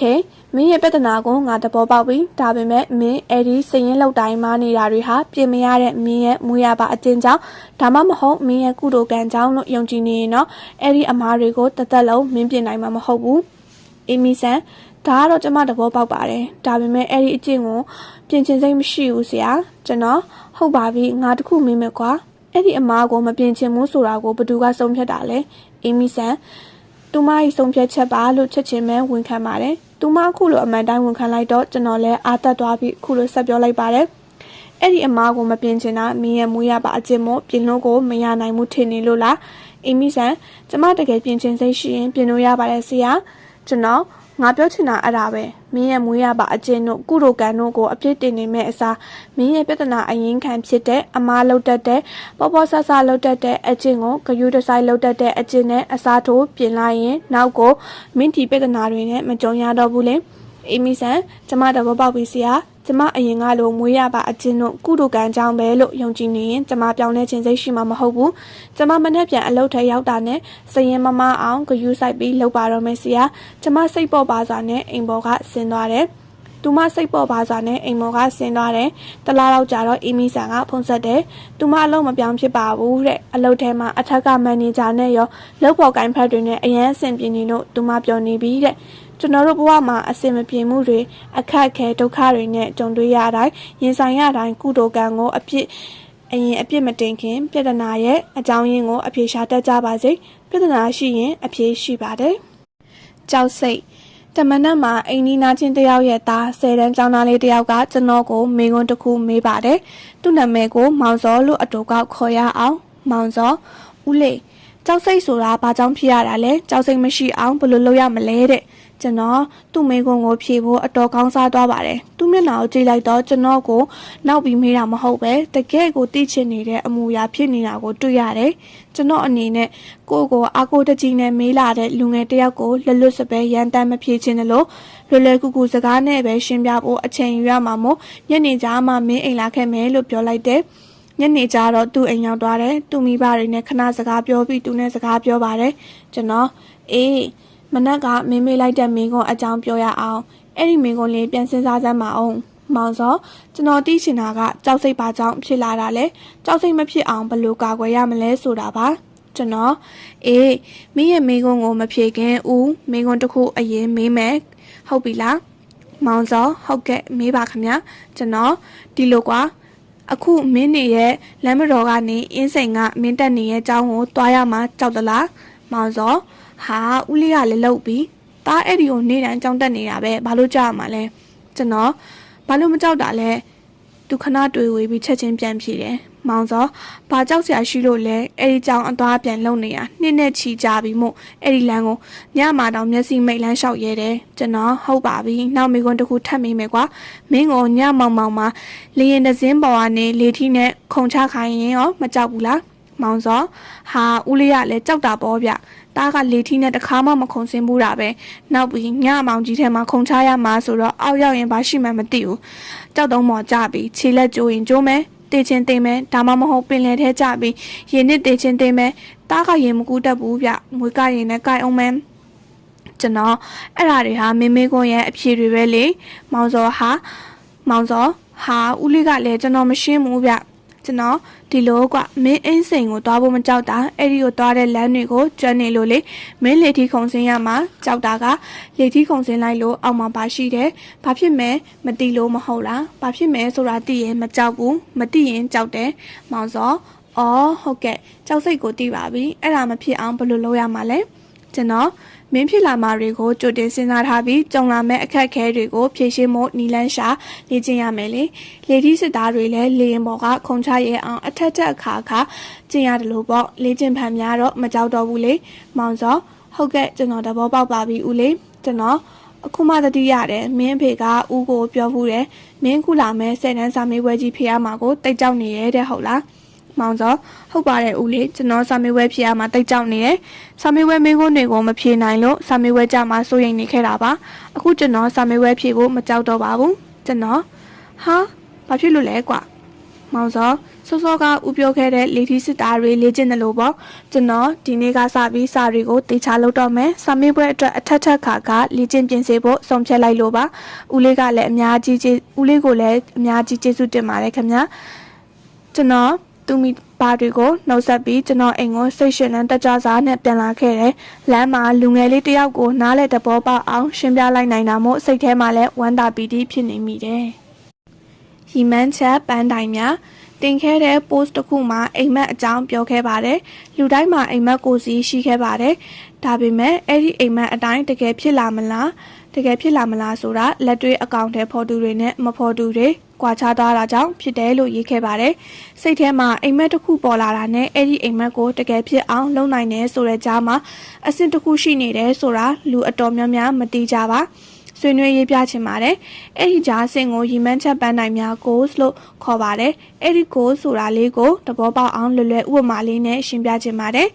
ငငယ်လေးထက်ကဆရာဝန်တယောက်ဖြစ်ချင်ခဲ့တယ်ဆရာဝန်ဖြစ်ချင်လိုက်တာလို့တနေ့ကိုအကြိမ်100လောက်ရေရွတ်နေုံဆန္ဒရှိနေုံဖျားစီမှာတောင်းနေုံနဲ့ဘလို့မှဖြစ်လာစရာမရှိပါဘူးဖြစ်လာအောင်ဘာလုပ်ရမလဲပထမဆုံးရီမန်းချက်ပန်းနိုင် goals တွေရှိရပါမယ်အဲ့ဒီ goal ဆိုတာပါလေ10တန်းမှာအမှန်ကောင်းနဲ့အောင်လုပ်ရမယ်အမှတ်ကောင်းမှာစေတက်ကတော်ဝင်လို့ရမယ်စေတက်ကတော်မှာစူးစမ်းမှနောက်ဆုံးနေ့စာမေးပွဲကိုအောင်ပြီးမှသာမိဖြစ်ချင်ခဲ့တဲ့ဆရာဝန်တယောက်ဖြစ်လာမှာပါစာရေးဆရာတယောက်ဖြစ်ခြင်းနဲ့ဆန္ဒရှိနေုံနဲ့မရပါစာအုပ်တွေအများကြီးဖတ်ရမယ်စာရေးဆရာတွေရေးတဲ့စာတွေကိုအများကြီးလေ့လာရမယ်အဲ့ဒါတွေနောကြည့်ပြီးဆိုတော့မှလက်တွေ့စာတွေရေးရမယ်ကိုရေးတဲ့စာကိုလူတွေမဖတ်ရင်ဘာလို့မဖတ်ချင်တာလဲဆိုတဲ့အကြောင်းရင်းကိုလေ့လာဆန်းစစ်ပြီးပြုပြင်ဆက်ရေးရမယ်စာတွေအများကြီးကိုရေးရမယ်တနေ့တာစာတစ်ကြောင်းမရေးပဲစာရေးဆရာတယောက်ဖြစ်ခြင်းနဲ့အိမ်မက်ဟာလမင်းကြီးစီသွားခြင်းလို့ငိုရတန်းတနေတဲ့ကလေးလေးတယောက်နဲ့တူနေပါပါအဲ့ဒီ goals တွေဟာအဆင့်တစ်ဆင့်နှစ်ဆင့်ကနေတချို့လည်းအဆင့်အများကြီးရှိပါတယ်အဲ့ဒီ goals တွေကိုမကြော်လွားမဖြတ်တမ်းမဲ့အိမ်မက်တစ်ခုကိုရယူပိုင်ဆိုင်မှုဆိုတာဘလို့မှမဖြစ်နိုင်ပါဘူးအေရတ်တောင်ထိပ်ကိုတက်တဲ့တောင်တက်သမားတစ်ယောက်ဟာတောင်ပေါ်တက်တဲ့လမ်းတစ်လျှောက်ရနာစခန်း1 2 3စတဲ့အဆင့်ဆင့်ကိုရောက်အောင်သွားနိုင်ပြီးမှအေရတ်တောင်ထိပ်ပေါ်ကိုရောက်နိုင်မှာပါတောင်ထိပ်ကိုမော့ကြည့်နေပြီးရောက်ချင်လိုက်တာလို့တန်းတနေလို့ရောက်မသွားနိုင်ပါဘူးအိမ်မက်တစ်ခုကိုတကယ်ဖြစ်လာဖို့ရီမန်းချက်ပန်းနိုင် goals တွေလိုတယ်ဆိုတာသိပါပြီအဲ့ဒီ goals တွေဟာဘယ်လိုမျိုးဖြစ်ရမလဲလက်တွေ့လုံနိုင်တာတွေဖြစ်ရမယ်ခြေထောက်ပြက်နေသူတယောက်တနေ့အိုလံပစ်ပြိုင်ပွဲမှာအပြေးချန်ပီယံရွှေတံဆိပ်ဆုရဖို့လေ့ကျင့်နေတယ်ဆိုတာဖြစ်မှမဖြစ်နိုင်မယ်နဲ့အဲ့ဒီအဆင့်တွေကိုဘယ်အချိန်မှပြီးမြောက်အောင်လုပ်မယ်ဆိုတဲ့အချိန်စရာ deadline တွေရှိရမယ်အဲ့ဒီအချိန်စရာတွေဟာလည်းဖြစ်နိုင်ခြေရှိရမယ်ငါစိတ်တက်ကတော်မှာ3နှစ်တက်ပြီးဆရာဝန်ဖြစ်အောင်လုပ်မယ်ဆိုတာမဖြစ်နိုင်ဘူးလေ3အရေးကြီးဆုံးကအဲ့ဒီ goals တွေကိုလက်တွေ့အကောင့်ထဲပေါ်ဖို့လိုသလိုအခက်ခဲနဲ့ရင်ဆိုင်တွေ့ရင်အလျှော်မပေးပဲဆွဲရှိနဲ့မအောင်မြင်မချင်းဆက်လုပ်ဖို့ပါပဲအခုနီးဟာအောင်မြင်ကြော်ကြားနေတဲ့လူတွေရဲ့လက်တွေ့နီးလေးပါတချို့ကဒီနီးလန်းလေးကိုမတီးကြဘူးတချို့ကတီးတယ်မလုပ်ကြဘူးတချို့ကလုပ်တယ်ဆွဲမရှိလို့အခက်ခဲတွေ့ရနဲ့လက်လျှော့လိုက်တယ်တကယ်လုပ်ပြီးတကယ်အောင်မြင်သွားသူနည်းနည်းပဲရှိတယ်ဒါကြောင့်လဲယနေ့ကဘာပေါ်မှာရှိကြတဲ့လူပေါင်းတန်းထောင်ပေါင်းများစွာထဲမှာအောင်မြင်ကြော်ကြားသူဆိုတာလက်တဆုပ်စာပဲရှိပါတယ်မိတ်ဆွေအဲ့လက်တဆုပ်စာထဲမှာမပါချင်ဘူးလားတစ်ပင်ကြောင့်တောအုပ်ကြီးကိုအပြစ်မတင်ပါနဲ့တခါကအိမ်နင်းချင်းမိန်းမတယောက်ကတုံနှံ့တက်နေတဲ့သူ့သားဟာကြောင်မသွားချင်ဘူးလို့ပြောနေတယ်ကြောင်မသွားလို့မဖြစ်ဘူးလို့စူပူချိန်မောင်းလွှတ်လိုက်တော့ကြောင်ကိုတော့သွားပါရဲ့ကြောင်ထဲမဝင်မဲ့အပြစ်မလျှောက်သွားနေတယ်လို့သူ့အတန်းပိုင်းဆရာမကအကြောင်းကြားလာလို့သူဘာလုပ်ရမလဲလို့တိုင်ပင်အကြံတောင်းလာတယ် ဒါနဲ့သူတို့အိမ်ကိုရောက်သွားပြီးသူမရဲ့သားလေးကြော်စွာဖြိုးနဲ့စကားပြောဖြစ်တယ်ကျွန်တော်သားလေးမင်းเจ้าမှမပြောလို့ကြောင်မတက်ချင်ဘူးလို့ကြားတယ်ဟုတ်သလားကြော်စွာဖြိုးเจ้าမှမပြောတာမဟုတ်ပါဘူးလို့လေတံပြောလေးနဲ့ဖြေပါတယ်ကျွန်တော်မင်းเจ้าမှစိတ်ဝင်စားဆုံးအပျော်ဆုံးအချိန်ကပါလဲကွာကြော်စွာဖြိုးကြောင်ကစားလုပ်တဲ့အချိန်မှာဘောလုံးကန်ရတာအပျော်ဆုံးမှာကျွန်တော်ဒါဆိုရင်မင်းစိတ်ဝင်စားဆုံးကောပါလဲကွာကြော်စွာဖြိုးဟုတ်ကဲ့ကျွန်တော်ကတင်ချပါတာတင်တဲ့အချိန်မှာစိတ်မပျော်ဆုံးပဲအဲ့ဒီမှာသူ့ကိုတေးသေးချာချာမေးကြည့်တော့မှကလေးဟာတင်ချပါတာတင်ချိန်မှာဆီယာမကဘာတွေရှင်းပြရဲဆိုတာနားမလည်တာဖြစ်နေတယ်စစ်စစ်ပေါက်ပေါက်မေးကြည့်လိုက်တော့မှသူနားမလဲတာကအပိုင်းကနန်းတွက်တာပါအပိုင်းကနန်းစတင်တော့ကသူနေမကောင်းလို့ကြောင်တစ်ပတ်လောက်မတက်နိုင်ခဲ့ဘူးသူအပိုင်းကနန်းအခြေခံကိုမတင်လိုက်ရတော့နောက်ဆက်တင်တာတွေလည်းနားမလဲဘူးဖြစ်နေတာပါကလေးရဲ့ပြဿနာအရင်းခံကိုတီးလိုက်ပြီးမှသူ့အမေကိုအကြံပေးလိုက်ပါတယ်ကျူရှင်ဆရာတယောက်စီမှာအပ်ပြီးအပိုင်းကနန်းတွက်တာကိုအခြေခံကစတင်ပေးခိုင်းမှုပါသူ့အမေလည်းအကြံပေးတဲ့အတိုင်းကျူရှင်ဆရာစီမှာအပ်ပြီးအပိုင်းကနန်းကိုအခြေခံကစတင်ပေးလိုက်လို့ကလေးရဲ့ကြောင်မတက်ချင်တဲ့ကိစ္စအဆင်ပြေသွားပါတယ်အဲ့ဒီအဖြစ်ပြက်လေးကနေဘာတင်ကန်းစာယူနိုင်ပါတယ်လဲတခါတရံကျွန်တော်တို့ကိုစိတ်ဆင်းရဲနေတာလေးတခုရှိတာနဲ့ပြဿနာကြီးလို့ထင်နေတတ်တယ်တစ်ပင်တစ်ပင်ကိုမကြိုက်တာနဲ့တော်အုပ်ကြီးတစ်ခုလုံးကိုအပြစ်တင်နေတာနဲ့တူနေပါတယ်ဒါကြောင့်နောက်တစ်ခါစိတ်ဆင်းရဲတာကြုံလာမယ်ဆိုရင်စိတ်ဆင်းရဲမှုဖြစ်စေတာကတော်အုပ်ကြီးလားတစ်ပင်တစ်ပင်ကြောင့်လားဆိုတာခွဲခြမ်းစိတ်ပြဆန်းစစ်ဖို့လိုပါတယ်တခါတရံမှာအဲ့ဒီလိုတေးသေးချာချာဆန်းစစ်ကြည့်လိုက်တော့စိတ်ဆင်းရဲရတဲ့အကြောင်းခံကထင်သားတယ်လို့ပြဿနာကြီးမဟုတ်နေပဲအသေးမွားကိစ္စလေးဖြစ်နေပြီးဖြေရှင်းရလွယ်နေတတ်တယ်ဆိုတာတတိမူကြပါစေတခါတလေလူတယောက်ကိုကြည့်လို့ကိုမရအောင်တကယ်တော့သူ့အပြုတ်အမူအပြောဆိုအားလုံးကိုမကြိုက်တာမဟုတ်ပဲကိုယ်စိတ်နဲ့မကိုက်ညီတဲ့အပြုတ်မူလေးတစ်ခုကြောင့်လည်းဖြစ်နေတတ်ပါတယ်ဘာမှမတတ်နိုင်တဲ့အခြေအနေတစ်ခုကိုပြောင်းလဲခံစားကြည့်ပါလေရင်နဲ့ခရီးသွားဖို့လေစိတ်ကိုရောက်လာတယ်ပစ္စည်းတွေကိုပေါင်းချိန်မှုတန်းစီဆောင်နေတုံးပါပဲကျွန်တော်လိုက်ပါမဲ့လေရင်ဟာဆက်ချွတ်ရင်းနေလို့ထွက်ခါချိန်၄နာရီလောက်နောက်ကျမယ်လို့အတန်ချက်ဆက်ကနေကြေညာတာကြားလိုက်တယ်ကျွန်တော်အတော်လေးဒေါသထွက်သွားတယ်ဟိုဘက်ကကြုံမဲ့သူတွေကကျွန်တော်ရောက်လာချိန်ထိစောင့်မအောင်မလားတော်တက်ရမယ့်အစည်းအဝေးမိပါအောင်မလားဆိုတာတွေတွေးမိရင်ဒေါသဖြစ်သွားတာပေါ့ဒါကြောင့်လေချောင်းလိုင်းကောင်တာကိုသွားပြီးအရေးသွားဆိုမလို့ထားသွားလိုက်တာကိုရှိမှခရီးတဲ့တွေတပြုံကြီးအော်ဟစ်အရေးဆိုနေကြတာတွေ့ရတယ်။ကောင်တာကတာဝန်ရှိပုံရတဲ့လူကြီးနှစ်ယောက်လဲခေါင်းတစ်ခါကလက်တစ်ခါကနဲ့သူတို့လည်းဘာမှမတတ်နိုင်ဘူးလို့အော်ပြီးရှင်းပြနေရတွေ့လို့ကိုထိုင်နေရဲ့ထိုင်ကုန်စီပြန်လာပြီးထိုင်နေလိုက်တယ်။ခဏလေးနေတော့စိတ်ဆိုးနေနေပြေသွားပြီးတခုစဉ်းစားမိလိုက်တယ်။ငါခုဒေါတာထွက်နေလို့ရောဘာလို့လို့ရမှာလဲ။လေရင်တစင်းချက်ချင်းစီစဉ်ပြီးထွက်ပေးမှလား။မဖြစ်နိုင်တာပဲဘာမှမတတ်နိုင်တဲ့အခြေအနေမှာငါဘာလို့စိတ်ဆင်းရဲခံဒေါတာဖြစ်နေရမှာလဲအချိန်၄နာရီရလို့လေစိတ်ထဲမှာရှောက်ကြည့်ရင်အိမ်အတွက်လိုအပ်တဲ့ပစ္စည်းလေးတွေဝယ်လိုက်အောင်မယ်ဒါနဲ့ပါလာတဲ့လက်ဆွဲအိတ်လေးကိုလက်တွန်းလဲတစ်ခုပေါ်တင်ရင်လေစိတ်ထဲမှာအေးအေးဆေးဆေးရှောက်ကြည့်နေမိတယ်ဆိုင်တစ်ဆိုင်သားရောက်တော့ဆိုင်ထဲကထွက်လာတဲ့လူတစ်ယောက်ကိုကြည့်လိုက်မိတယ်မျက်မှန်တမ်းမိတယ်လို့ပဲသူကအနားကိုရောက်လာပြီးဝမ်းတာအားရလာနှုတ်ဆက်တဲ့အနားရောက်တော့မှမတ်မိရင်တက်ကရိုမှာတက်တုံးကတဒန်းနဲ့အဆောင်မှာနေတော့လဲတခန်းနဲ့နေခဲ့ကြတယ်အခင်မင်းဆုံးတငယ်ချင်းတစ်ယောက်ဖြစ်နေတာကိုကွဲကွာသွားကြတာလဲ10နှစ်ကျော်ပြီသူကအတော်လေးဝါသွားလို့ရုတ်တရက်မမတ်မိလိုက်တာပါတကယ်တော့တက်ကရိုမာတော့ကသူကစာသိမ့်မလိုက်နိုင်လို့ကျွန်တော်ကစာအမြဲပြပေးခဲ့ရတာပါသူ့လေရင်ကလည်းနောက်3နိုင်ကြာမှထွက်မှာဆိုတော့စကားအေးဆေးဆေးပြောရအောင်ဆိုပြီးအနားမှာရှိတယ်ဘာတစ်ခုထဲမှာဝင်ထိုင်လိုက်ကြတယ်ပထမတော့အိမ်အောင်ကြပြီလားကလေးဘယ်နဲ့ရောက်ရပြီလဲကလေးတွေပဲရောက်နေပြီလဲစတာတွေပြောကြတာပေါ့စကားတွေပြောကြရင်လည်းသူကကုမ္ပဏီကြီးတစ်ခုရဲ့ပိုင်ရှင်တယောက်ဖြစ်နေပြီဆိုတာသိရတယ်ကျွန်တော်ကလည်းအခုထိအစိုးရဝန်ထမ်းလုပ်နေတော့မယ်လို့ပြောမိတယ်အဲ့ဒီမှာသူကသူ့ကုမ္ပဏီကိုတိုးတက်အောင်လုပ်ပေးနိုင်မဲ့ CEO တယောက်ရှာနေလို့သူ့ကုမ္ပဏီမှာလာလုပ်ဖို့ပြောတယ်လစာကောင်းကောင်းအပြင်အိမ်ကားနဲ့ခန်းစားခွင့်နေပေးမယ်လို့ပြောပြီးလက်ခံဖို့အတန်တန်တိုက်တွန်းတယ်အတော်ကြာတော့လေရင်ထွက်တော့မှမို့နှစ်ယောက်သားလန်ခွဲလိုက်ကြတယ်တူတူပြောရရင်တော့နောက်6လအကြာမှာသူကုမ္ပဏီမှာတော်လို့ဖြစ်လိုက်တယ်အစိုးရလုပ်တုန်းကကိုမှရှိတဲ့ညံစွမ်းတွေတုံခွင့်မရခဲ့တာသူကုမ္ပဏီရောက်မှပဲအစွမ်းကုန်အသုံးချလိုက်ရလို့ကုမ္ပဏီလည်းအကြီးအကျယ်အမြင့်အစွန်းတွေရပြီးအရန်တိုးတက်သွားတယ်ကျွန်တော်လည်းအရင်အစိုးရလစာထက်အစပေါင်းများစွာတာတဲ့ဝင်ငွေတွေရပြီးစိတ်ချမ်းသာကိုချမ်းသာဖြစ်နေပါတယ်ဒီအကြောင်းရေးပြတာကျွန်တော်ကြီးပွားသွားတဲ့အကြောင်းရေးပြချင်တာမဟုတ်ပါဘူးကျွန်တော်ကလေရင်ခရီးစဉ်နောက်ကျလို့ထိုင်ကုန်လေးမှာပဲစိတ်ပြက်လက်ပြက်နဲ့ထိုင်နေခဲ့မယ်အိတ်နေခဲ့မယ်ဆိုရင်ကျွန်တော်ရဲ့ဘဝတိုးတက်ပြောင်းလဲသွားမယ်အခွင့်အရေးတစ်ခုကိုလက်လွတ်ဆုံးရှုံးသွားမှာပါ ပြောပြချင်တာကတင်ဘာမှလုပ်လို့မရတဲ့ပြောင်းလဲလို့မရတဲ့အခြေအနေတစ်ခုနဲ့ကြုံတွေ့နေပြီဆိုရင်အဲ့ဒါကိုတွေးပြီးစိတ်ညစ်နေစိတ်ဆင်းရဲခံနေမဲ့အစားအဲ့ဒီကိစ္စကိုမေးလိုက်ပြီးစိတ်အပြောင်းလဲလုပ်ကြည့်လိုက်ပါတင်ဘဝမှာအပြောင်းလဲဖြစ်လာနိုင်မဲ့အခွင့်အရေးရလာနိုင်ပါတယ်တင်ဘဝရဲ့ကျင်ဖော်လောင်းတစ်ယောက်နဲ့လည်းကြုံဆုံခွင့်ရနိုင်ပါတယ်နော်တောင်ထဲရောက်ချင်ရင်တောင်ပေါ်ကိုမော်မကြည့်နဲ့တလောကကျွန်တော်ရဲ့6နှစ်အရွယ်မိမလေးဟာအိမ်စာလုပ်ဖို့ပြင်နေခဲ့တရုတ်စာတင်တဲ့ဆရာမပေးထားတဲ့အိမ်စာပါအိမ်စာဘာလို့မလုပ်ချင်တာလဲမေတော့တရုတ်စာလုံးတွေကိုပလာစာအုပ်မှာရှင်းမျက်နှာစာတရုတ်စာလုံးတွေရေးခိုင်းတာကိုကြည့်ပြီးစလုံးအများကြီးရေးရမှာမို့မလုပ်ချင်နေတာပါကျွန်တော်ကသူ့နားမှာထိုင်ပြီးအဲ့ဒီစာမျက်နှာတွေကိုကြည့်မနေနဲ့စပြီးရေးချလိုက်လို့ပြောလိုက်တယ်ကလေးကစာလုံးတွေစရေးပါတယ်ခဏနေတော့ဟာစာလုံးကြီးက3ချောင်းတောင်ပြီးသွားပြီဟာလို့ပြောလိုက်တော့ကလေးမျက်နှာဟာဝင်လက်သွားပြီးအာတက်သွားတယ်ခဏနေပြန်တော့ဟာတမျက်နှာကြီးတောင်ပြီးသွားပြီပဲတော်လိုက်တာနားအောင်မလားဆိုတော့မနာဘူးစိတ်ရင်းမဲတဲ့ရေးပြီးသွားတဲ့စာမျက်နှာကိုကြည့်ရင်ပြောလို့နောက်ဆက်ရေးတယ်နှစ်မျက်နှာပြီးသွားပြီးနားပါအောင်ဆိုရတော့မနာပဲဆက်ရေးလိုက်တယ်တနားရဲ့အကြာမှာစာမျက်နှာရှင်းမျက်နှာလုံးမှာတရုတ်စာလုံးနဲ့ရေးပြီးသွားတယ်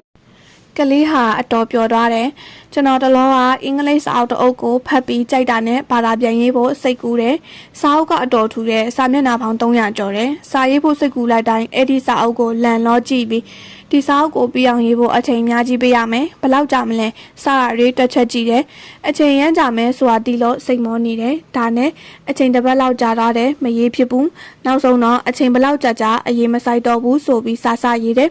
ပထမနေ့မှာနှစ်မျက်နှာပြီးသွားတယ်။နှစ်မျက်နှာပြီးတောင်ပြီးသွားပြီပဲဆိုပြီးအာတက်သွားတယ်။နောက်တစ်ရက်ဆက်ရေးတယ်။နောက်ထပ်5မျက်နှာပြီးသွားတယ်